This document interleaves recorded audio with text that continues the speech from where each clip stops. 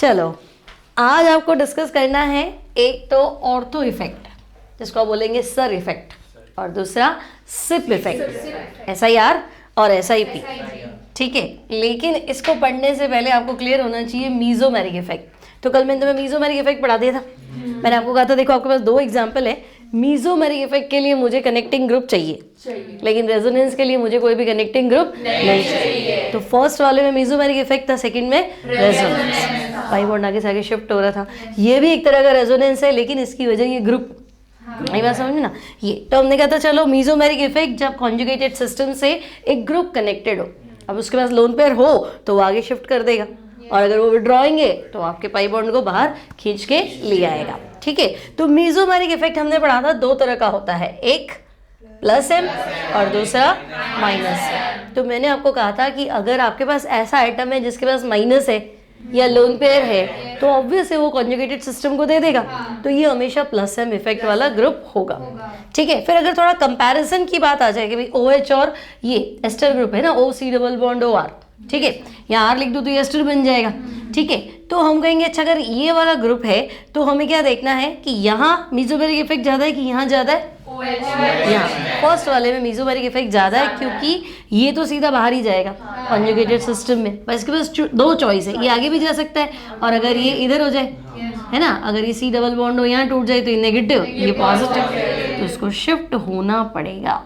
तो हम कहेंगे भाई इसका कॉन्जुगेशन तो इधर भी हो सकता है और आगे भी हो सकता है, तो इसका मीजोमेरिक इफेक्ट ज़्यादा है। सिमिलरली यहाँ पे भी सेम कंडीशन है ना, ये बाहर भी जा सकता है लेकिन ये इधर भी तो जा सकता है, तो NH2 का मीजोमेरिक इफेक्ट ज़्यादा है इससे।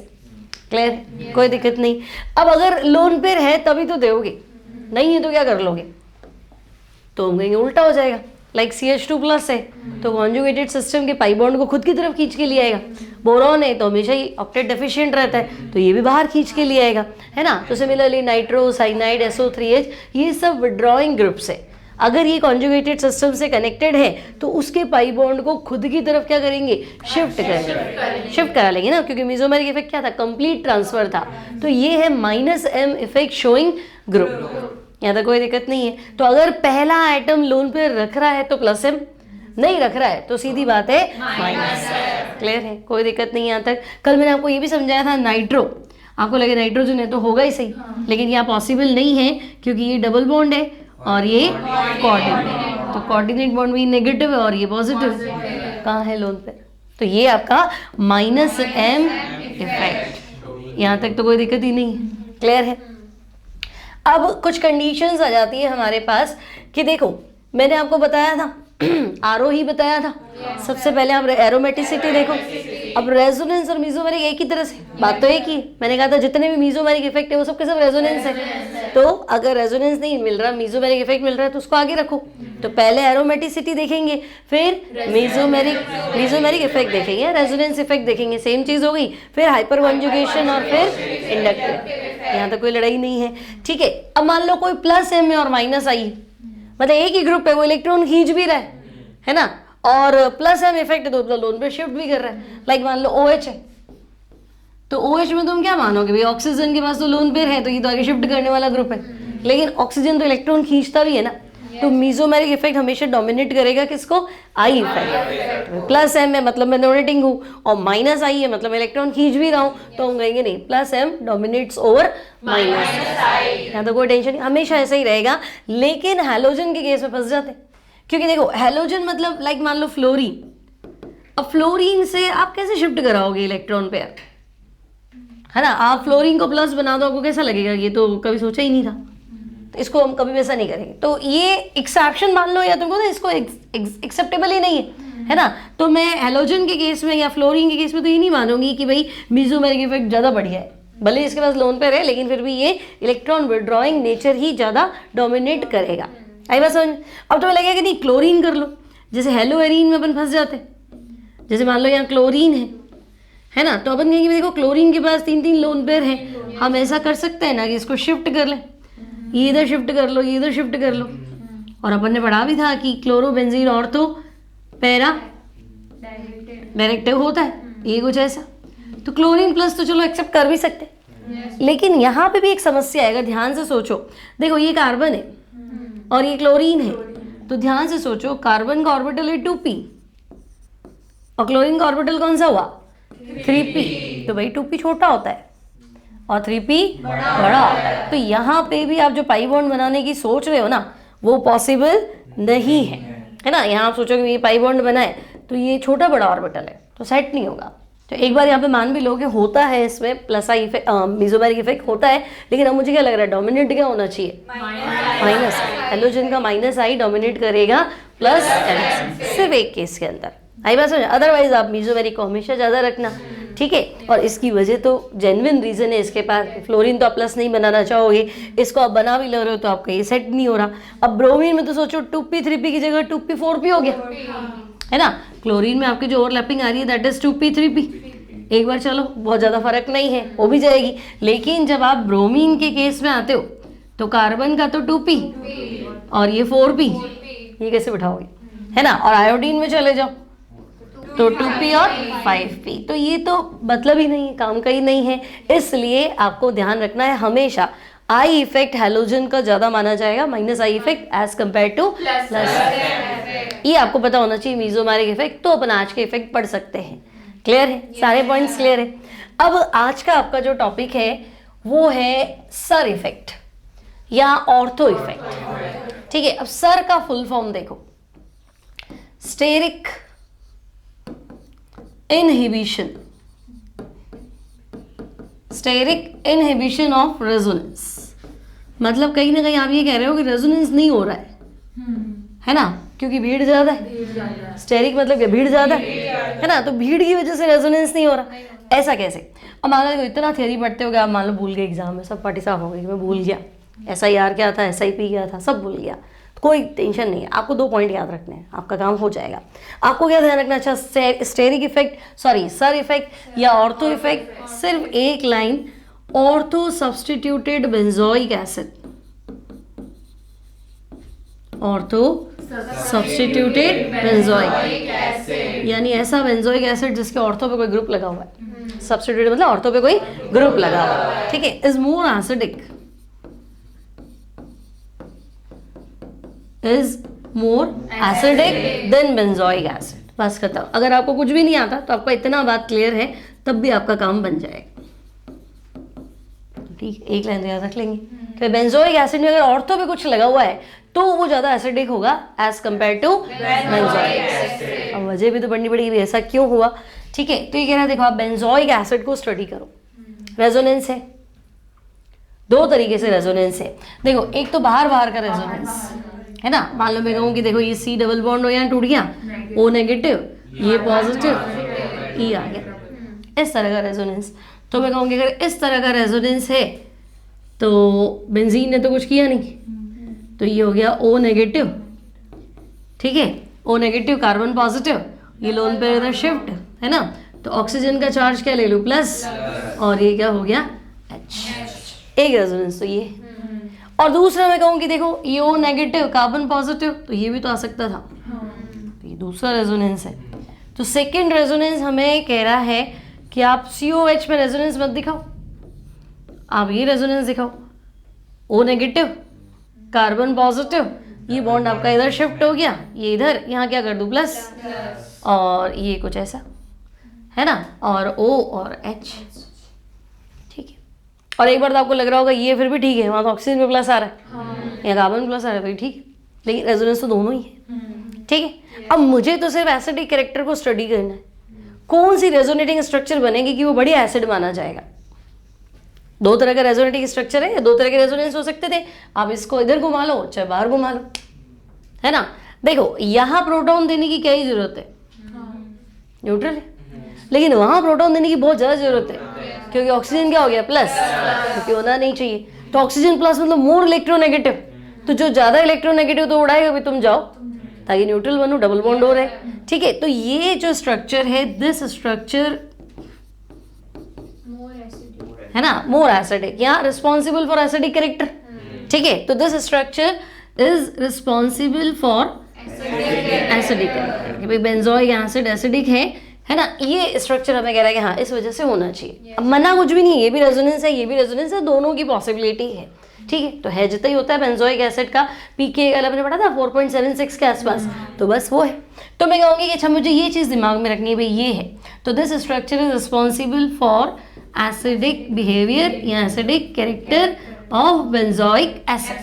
ठीक है, इसकी वजह से तो मुझे कोई एसिडिक कैरेक्टर नजर आ नहीं रहा है, इतनी बात क्लियर है। ठीक है, अब ऑर्थो इफेक्ट क्या है, मतलब जरूर कुछ ना कुछ ऑर्थो पे कनेक्शन होना चाहिए, और हमने तो पहले ही पढ़ा था ऑर्थो सब्स्टिट्यूएंट। ठीक है, अब ये कह रहा है कि मान लो तुम्हारे पास कोई बल्की ग्रुप है जो ऑर्थो पोजीशन पे कनेक्टेड है, जैसे मान लो ये मेरा बेंजोइक एसिड है, बेंजीन पे COOH। ठीक है, यहाँ कोई ग्रुप कनेक्ट है, बल्कि ग्रुप मतलब मिथाइल ले लो, इथाइल ले लो, हाइड्रोजन मत लेना। ठीक है, तो हम कहेंगे छोटे मोटे ग्रुप मत लो, हाइड्रोजन मत लो, NH2 पे नहीं लगेगा, है ना, साइनाइड पे नहीं लगता है, OH पे नहीं लगता है, इसके अलावा सब पे लगता है। तो मैंने कहा चलो मान लो कोई बल्कि ग्रुप है जो इधर कनेक्टेड है।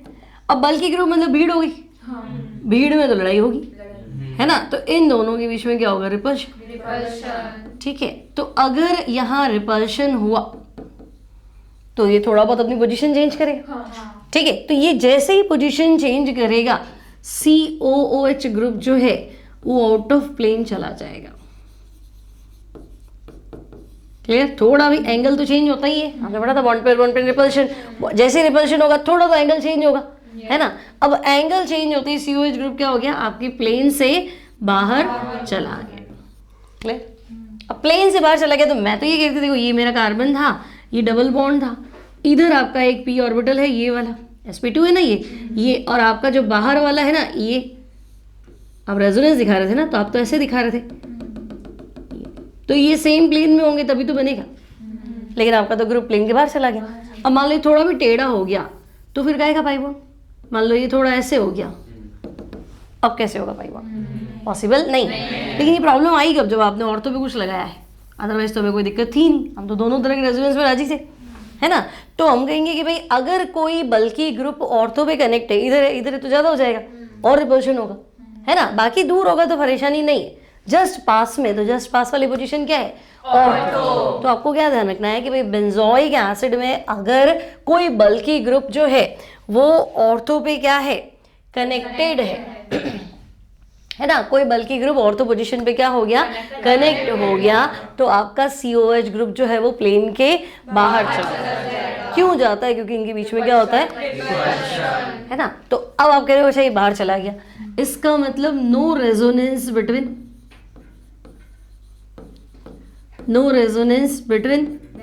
Benzene ring and COH group. तो आप तो अभी से कहते हो ये दो तरह का रेजोनेंस होता है, अब आपको नहीं, एक तो गायब भी हो गया हमारा, है ना। हमने यहाँ से शुरू किया था, मैंने कहा था भाई देखो बेंजोइक एसिड है, दो तरह का रेजोनेंस है, इधर भी जा सकता है उधर भी जा सकता है। ठीक है, दोनों रेजोनेंस बढ़िया है, कोई टेंशन नहीं है, लेकिन एसिडिक कैरेक्टर के लिए रिस्पॉन्सिबल वो रेजोनेंस है, तो ठीक है वो रेजोनेंस एसिडिक कैरेक्टर के लिए रिस्पॉन्सिबल था। अब आप कह रहे हो कि नहीं मैं तो यहाँ पे कुछ जोड़ देता हूँ, तो यहाँ जोड़ दिए हम क्या कह रहे हैं, ये तो रेजोनेंस हुआ ही नहीं, तो ये रेजोनेंस हुआ ही नहीं, मतलब आपके पास सिर्फ एक ही स्ट्रक्चर है, तो अब तो एसिडिक कैरेक्टर बढ़ जाएगा, क्योंकि पहले तो चॉइस थी कि भाई ये आएगा तो एसिडिक माना जाएगा और इधर आएगा तो एसिडिक नहीं माना जाएगा, तो 50-50 था। लेकिन अब तो आप 100% वहीं पहुंच गए, क्योंकि ये चीज़ तो गायब होगी। आई बात समझ में। और ये चीज़ गायब क्यों हुई, क्योंकि आपने ऑर्थो पोजीशन पे क्या किया, एक ग्रुप लगा, एक बल्कि ग्रुप, एक बड़ा सा ग्रुप लगा दिया। आगे बात समझ में। तो ये बात ही तो हुई, तो अपन ने इसको शॉर्ट में पढ़ लिया था ना कि अगर बेंजोइक एसिड है और उसके ऑर्थो पे कुछ लगा हुआ है तो एसिडिक कैरेक्टर बढ़ा देना। ठीक है, तो अगर जो निचोड़ निकला वो तो यही निकला। ज़्यादा सीधा याद रख लो कि ऑर्थो इफेक्ट के चक्कर में बेंजोइक एसिड जो ऑर्थो सब्स्टिट्यूटेड है वो ज़्यादा एसिडिक होता है एज कम्पेयर टू अदर। हमें उसका कोई इफेक्ट देखना ही नहीं, प्लस आई है कि हाइपर कॉन्जुगेशन है या -M है या जो भी है, वो सब बात की बात है। ऑर्थो पे अगर कुछ है तो वो ज़्यादा एसिडिक है, बात खत्म हो जाएगी। ठीक है, तो हम कहेंगे कि चलो ऑर्थो बेटा पैरा में कंपेयर करने के लिए आएगा ये, है ना। देखो तो यहाँ तक बात क्लियर हो गई तुम्हारे पास। अब हम कहेंगे भी कौन से ग्रुप हो सकते हैं, तो बल्कि ग्रुप हो सकते हैं। अब बल्कि में कौन सा, तो मिथाइल ले लो, इथाइल ले लो, नाइट्रो ले लो, SO3। तो और भी बहुत सारे हैं, तो जो नहीं है वो याद रख लो कि अगर ये होंगे भी H होगा, H तो कोई इफेक्ट रिपल्शन होता ही नहीं है, OH भी छोटा है, NH2 और साइनाइड। तो आपको ध्यान रखना है अगर ये ग्रुप है तो ऑर्थो इफेक्ट नहीं होगा, बात ही खत्म। इसके अलावा कोई भी है तो हम लगा देंगे, इनमें तो हम कंपेयर कर लेंगे कि भाई ऑर्थो इफेक्ट नहीं होगा, टेंशन ही खत्म है। क्लियर है? समझ में आ गई बात ये? ठीक है, अब सवाल कैसे बनेगा? देखो, मान लो अगर मैं तुम्हें कहूँ कि एसिडिक स्ट्रेंथ चेक करो, बेंजोइक एसिड है, ऑर्थो है, मेटा है और पैरा है। ठीक है, अब वैसे तो मिथाइल ग्रुप क्या है? प्लस आई, प्लस एच और प्लस आई।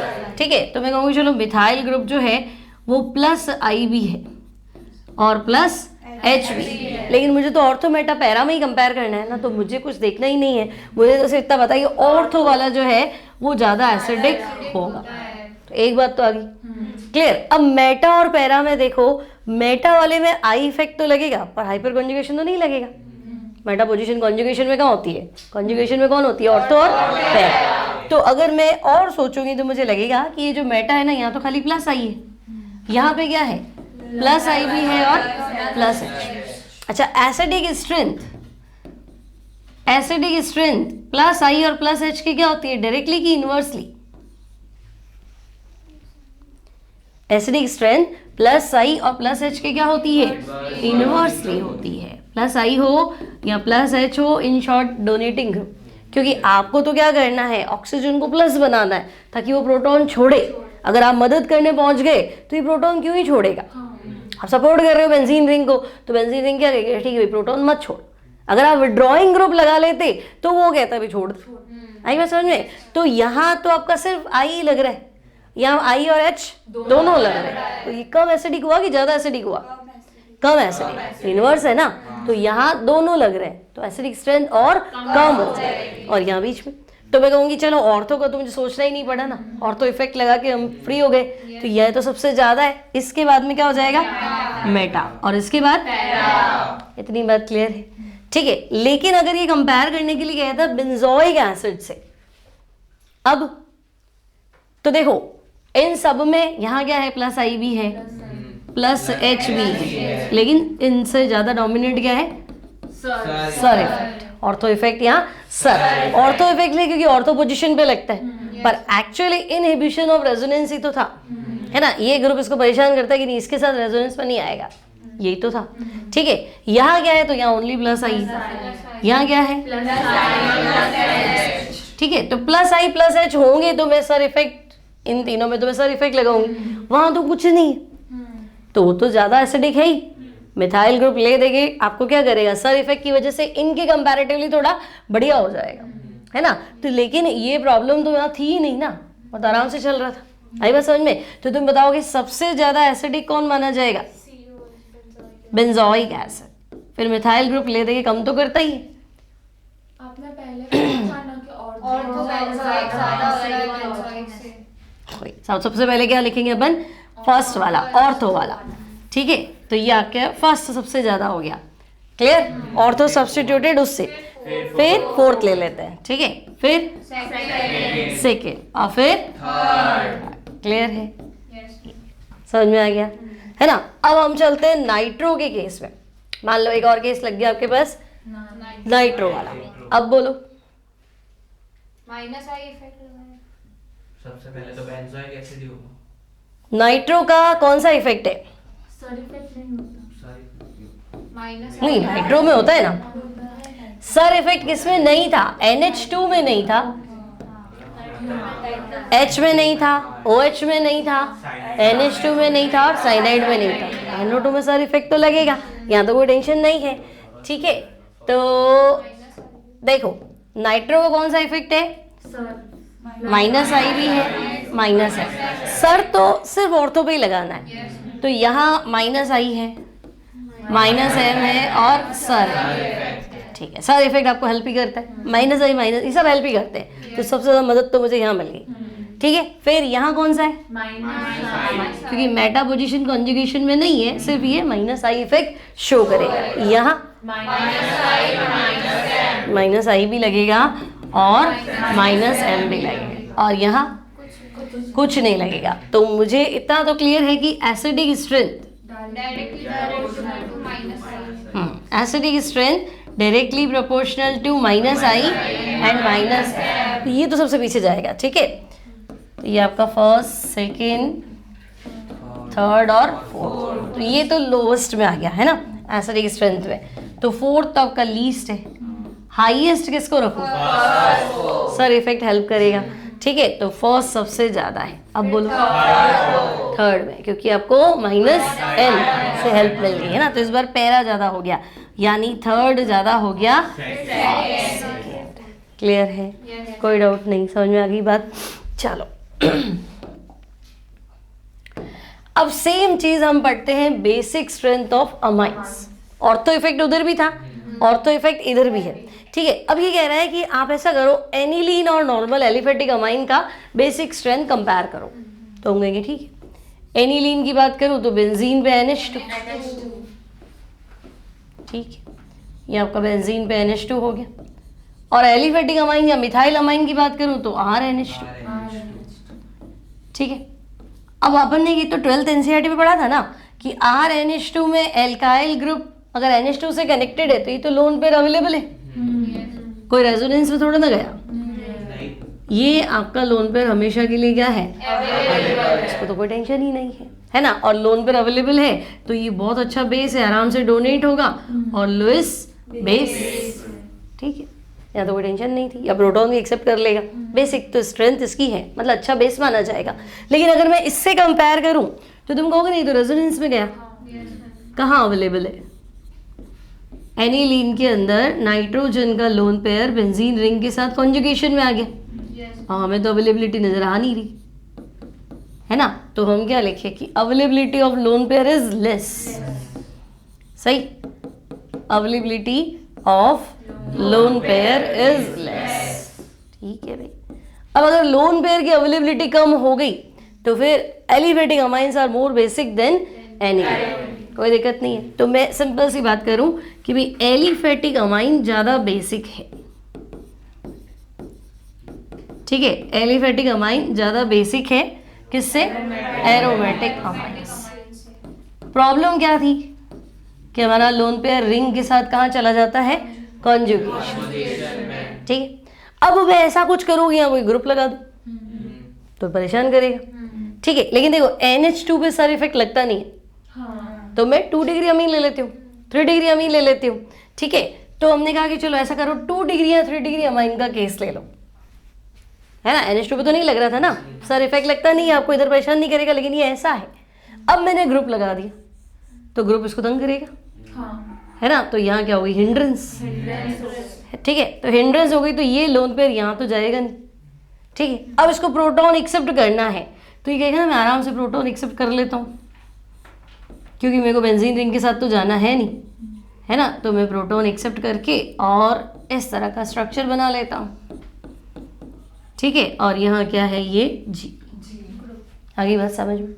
तो अगर एक बल्कि ग्रुप ऑर्थो और पैरा पे क्या है?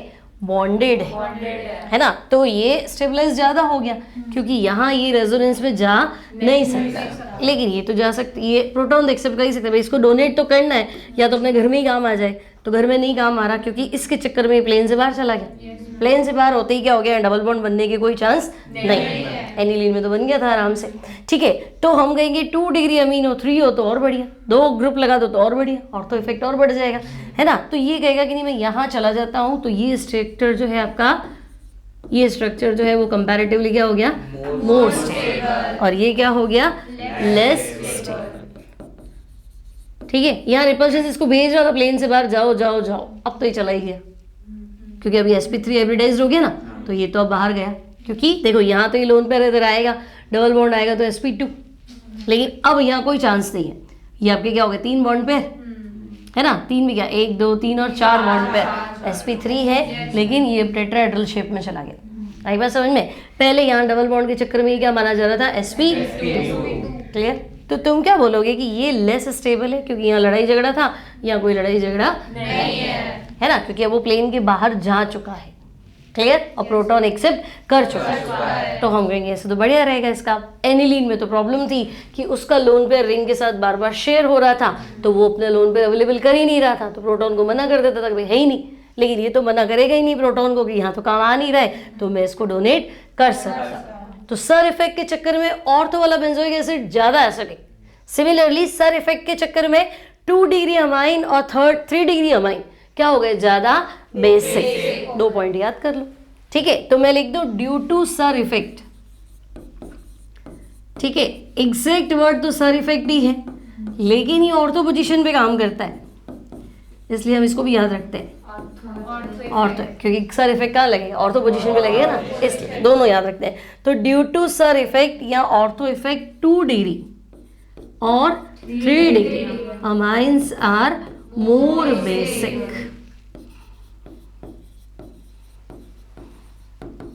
ठीक है भाई, क्लियर है ना। अब देखो ortho substituted 2 degree and 3 degree aromatic amines are more basic than meta and para, क्योंकि मेटा और पैरा पे तो आपका इफेक्ट लगना नहीं है ना। देखो नेक्स्ट जो इफेक्ट है वो है तुम्हारे पास सिप इफेक्ट, ठीक है। सर इफेक्ट 2 बार था, एक बार बेंजोइक एसिड में, एक बार 2 डिग्री अमाइन में और 3 डिग्री अमाइन। अब देखो सिप इफेक्ट आपका लगेगा सिर्फ एनिलीन में। एनिलीन में सर इफेक्ट नहीं लगता है, क्योंकि NH2, OH, साइनाइड और H, इन 4 पे कभी भी सर इफेक्ट नहीं लगता। तो हम कहेंगे चलो नहीं। अब ये क्या हुआ, तो हम कहेंगे देखो ये लोन पेयर जो था इसका, ये रिंग के साथ था ही, और ये आउटर प्लेन नहीं होता है, क्योंकि ये इसको परेशान नहीं करता है, इस पर सर इफेक्ट लगता ही नहीं है, याद रख लेते हैं अपन, क्योंकि इस पर सर इफेक्ट लगता ही नहीं है, तो ये तो अपना रेजोनेंस में था और बढ़िया इसने डोनेट वगैरह कर रखा था। लेकिन अब मान लो प्रोटॉन आ गया, तो प्रोटॉन आते ही क्या हो गया, ये NH3+ हो गया, ठीक है। अब ये ग्रुप उसको तंग करेगा, क्यों तंग करेगा, क्योंकि NH2 को तंग नहीं कर रहा था, NH2 पे सर इफेक्ट नहीं लगता है, इस पे तो लगेगा। आपको मना किया था NH2 पे सर इफेक्ट नहीं लगेगा, तो मैं कहूँगी यहाँ है ही नहीं सर इफेक्ट, भूल जाओ, नहीं है। लेकिन अगर इसने प्रोटॉन एक्सेप्ट कर लिया तो अब ये इसको क्या करेगा, तंग करेगा। और वैसे भी सोचो कि पहले ये आपका जो है ना एंगल, ये इधर लोन पर इधर चला गया था, तो ये sp2 हाइब्रिडाइज हो जाता था, ठीक है। या अगर मैं सिर्फ NH2 भी मान लो, चलो है ना, अगर मैं सिर्फ इसको NH2 भी कंसीडर करूँ, 3 bond pair 1 lone pair, resonance नहीं भी मानो, तो एंगल कितना रखते, लगभग 160। लेकिन अब आप कहाँ चले गए, 100, तो फैल गया ना, तो अब लड़ाई क्या होगी, ज़्यादा हो जाएगी, है ना। तो NH3+ पे तो आपका सर इफेक्ट लगेगा, तो ये क्या करेगा, ग्रुप इसको प्रोटॉन एक्सेप्ट करने से मना कर, पहले तो हेल्प कर रहा था, लेकिन मदद किसकी कर रहा था, 2 डिग्री की और 3 डिग्री, लेकिन इसको मना करते नहीं, प्रोटॉन लेगा तो अब लड़ाई हो जाएगी।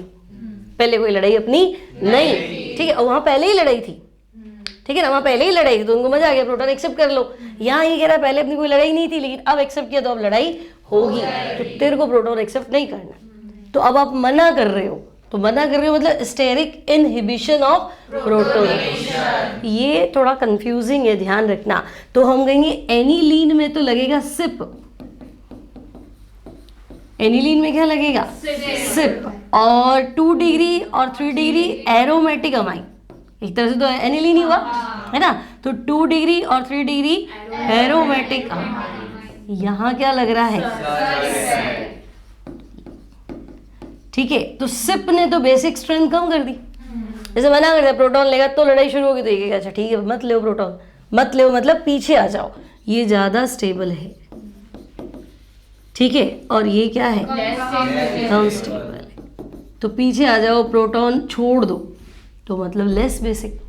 पिछली बार तो आगे जा रहे थे तब ज़्यादा स्टेबल हो रहे थे, इस बार पीछे आ रहे हो तो ज़्यादा स्टेबल, तो सिप मना करेगा, यानी बेसिक स्ट्रेंथ कम करेगा, ठीक है। तो बेसिक स्ट्रेंथ डिक्रीजेस, और सर इफेक्ट आपको हेल्प करता है, तो ये आपकी बेसिक स्ट्रेंथ को क्या करता है, इंक्रीज करता है। क्लियर है इतनी बात, ठीक है। तो थोड़ा फाइनल आंसर जो है वो अपन याद कर लेंगे, ताकि एग्जामिनेशन में कोई कंफ्यूजन ना हो। एक तो हमारे पास था सर इफेक्ट, एक इफेक्ट था सर और दूसरा सिप, ठीक है भाई। एक तो सर है, एक सिप है ना। सर जो है ये लगेगा तुम्हारे ऑर्थो सब्स्टिट्यूटेड, किस किस में लगेगा, बेंजोइक एसिड और बेंजोइक एसिड और 2 डिग्री एंड 3 डिग्री एरोमेटिक। ठीक है भाई, और ये किस में लगेगा? एनिलीन भी कौन सा? 1 डिग्री ऑर्थो सब्स्टिट्यूट। सिप लगेगा ही कब?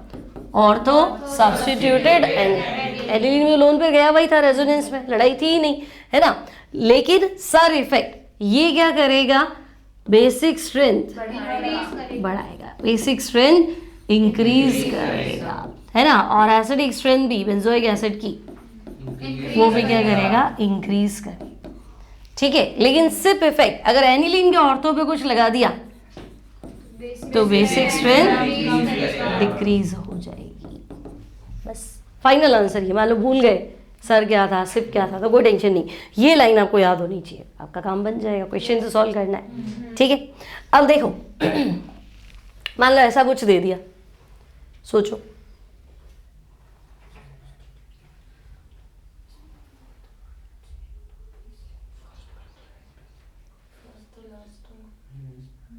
ये एनिलीन है ना, तो यहाँ लगा मेरा सिप इफेक्ट। ठीक है, तो आपका यहाँ एक तो सिप इफेक्ट लग रहा है और प्लस आई भी लग रहा है, प्लस आई पर कॉन्जुगेशन भी लगेगा। ठीक है, यहाँ पे सिर्फ प्लस, यहाँ हाइपर कॉन्जुगेशन को मीजोमेरिक मान के भी क्वेश्चन का आंसर दे सकते हो, कोई बड़ी बात नहीं। लेकिन सिप इफेक्ट तो आपको तंग करेगा, तो इसको तो पीछे करना पड़ेगा, है ना। अब इन दोनों में से बताओ बेसिक स्ट्रेंथ प्लस आई प्लस एच दोनों की क्या होगी? डायरेक्टली, क्योंकि भाई आप लोन पेयर डोनेट करने जा रहे हो तो सपोर्टिंग ग्रुप तो आपको हेल्प करेगा ना। अगर नाइट्रोजन पे लोन पेयर है, वो डोनेट करने जा रहा है, तो सपोर्टिंग ग्रुप क्या होना चाहिए? हेल्प करे ना, तो वो आपका डोनेशन टेंडेंसी बढ़ाएगा। तो बेसिक स्ट्रेंथ प्लस आई और प्लस एच की क्या होती है? डायरेक्ट।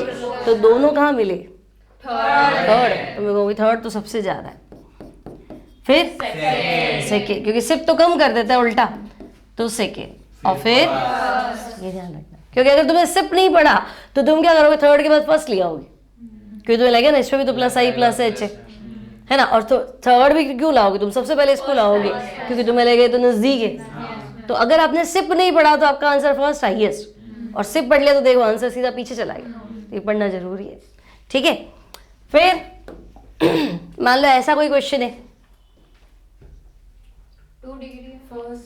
2 डिग्री अमाइन से, एरोमेटिक अमाइन से, तो यहाँ सिप लगेगा कि सर लगेगा? सर। तो यहाँ तीन चीजें मेरे पास, सर भी है,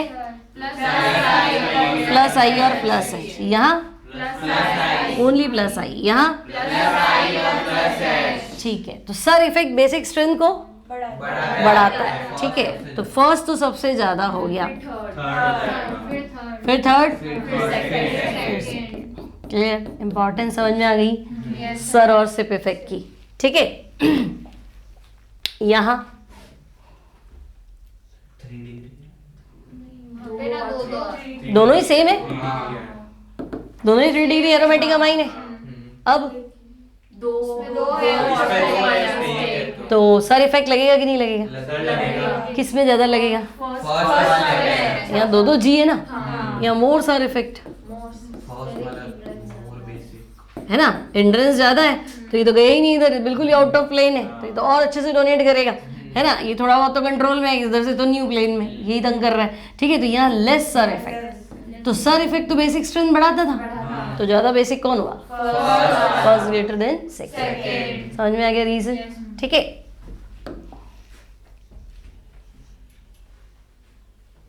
तीनों सेम है, 3 डिग्री अमाइन है, aromatic amine.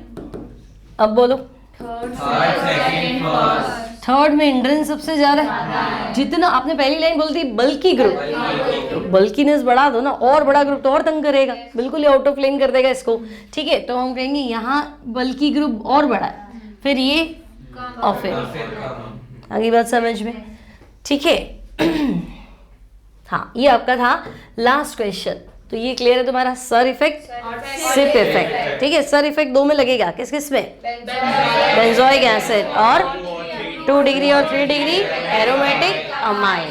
Sir effect supporting है, हेल्प करेगा, बेसिक स्ट्रेंथ बढ़ाएगा, एसिडिक स्ट्रेंथ और सिप में तो है ही इनहिबिशन ऑफ प्रोटोनेशन, आपको प्रोटोन लेने से मना कर देगा और किसको तंग करेगा, एनिलीन। सिप हमेशा एनिलीन में लगेगा, ठीक है। चलो